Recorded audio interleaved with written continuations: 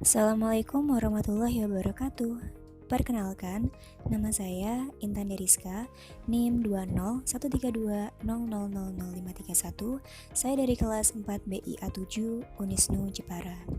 Di video kali ini saya akan menjelaskan tentang jenis-jenis berita. Ada beberapa jenis berita. Yang pertama, straight news, investigative news, explanatory news, interpretative news, depth news, dan feature story report. Oke, kita masuk ke jenis berita yang pertama, yaitu straight news.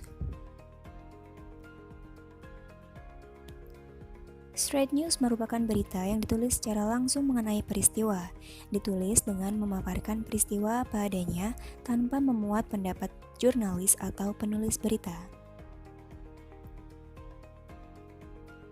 Straight news ini dibagi dalam dua macam, yaitu hard news dan soft news. Hard news merupakan berita yang paling umum dan paling banyak ditemukan, biasanya berisi peristiwa yang serius. Sedangkan soft news merupakan berita yang berisi peristiwa atau kabar hal tidak penting namun menarik atau unik. Berikut adalah contoh straight news. Jenis berita yang kedua yaitu investigative news. Investigative news merupakan berita yang informasinya diperoleh wartawan melalui penyelidikan untuk memperoleh fakta tersembunyi. Misalnya, mengusut dalang pembunuhan dan mengusut dalang perkelahian. Berikut adalah contoh investigative news.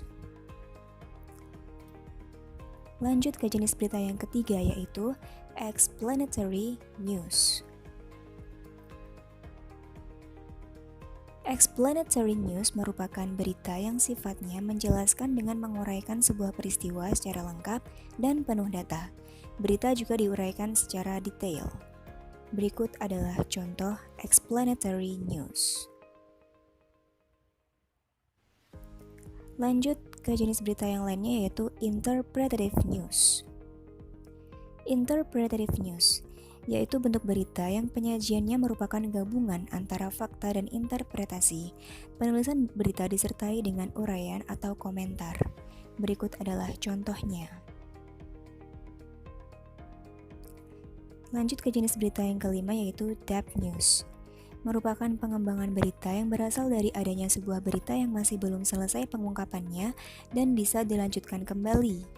Berikut adalah contohnya.